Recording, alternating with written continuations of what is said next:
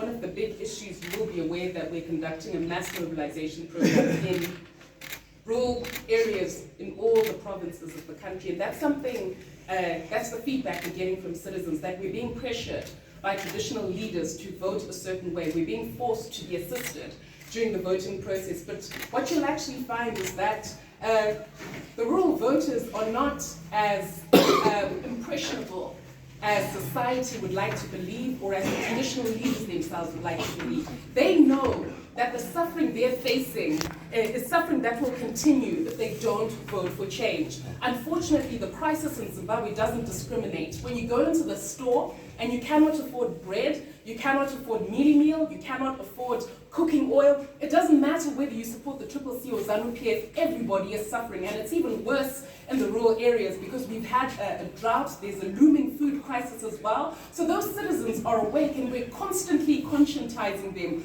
and deliberately creating strategies to ensure that they're safe come voting day. And I think we employed a number of those strategies, for example, in Chipinge, to ensure that a citizen is allowed to vote, to ensure that our polling agents are on the ready to identify traditional leaders who on voting day are intimidating citizens. So it's not as though we're sitting back and complaining, sitting back and feeling sorry for ourselves. We do have strategies in place, but that does not take away from the constitutional obligation of ZEC to monitor these events, to ensure that all parties comply with the code of conduct, and to ensure that they don't stray in that regard. You'll be aware of what happened.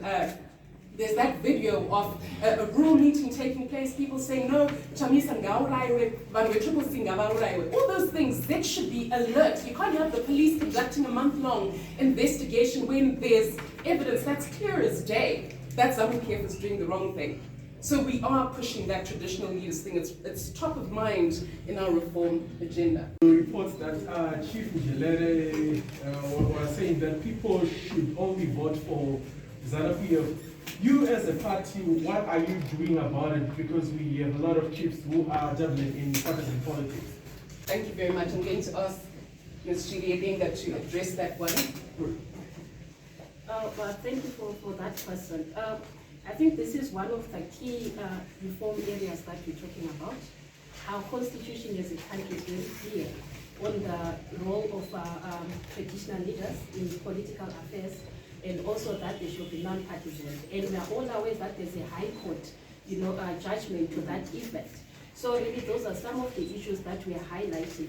And if you might be aware, the document that the dossier we sent to ZEC just recently, it does mention the issue of the traditional leaders. And this is one area of dialogue, which we want to talk to ZEC about, to Parliament about, to the state about, and even to the traditional leadership, system in the country. Those are some of the issues that we want to talk about, and definitely we will make sure that we get remedy before we get to the elections in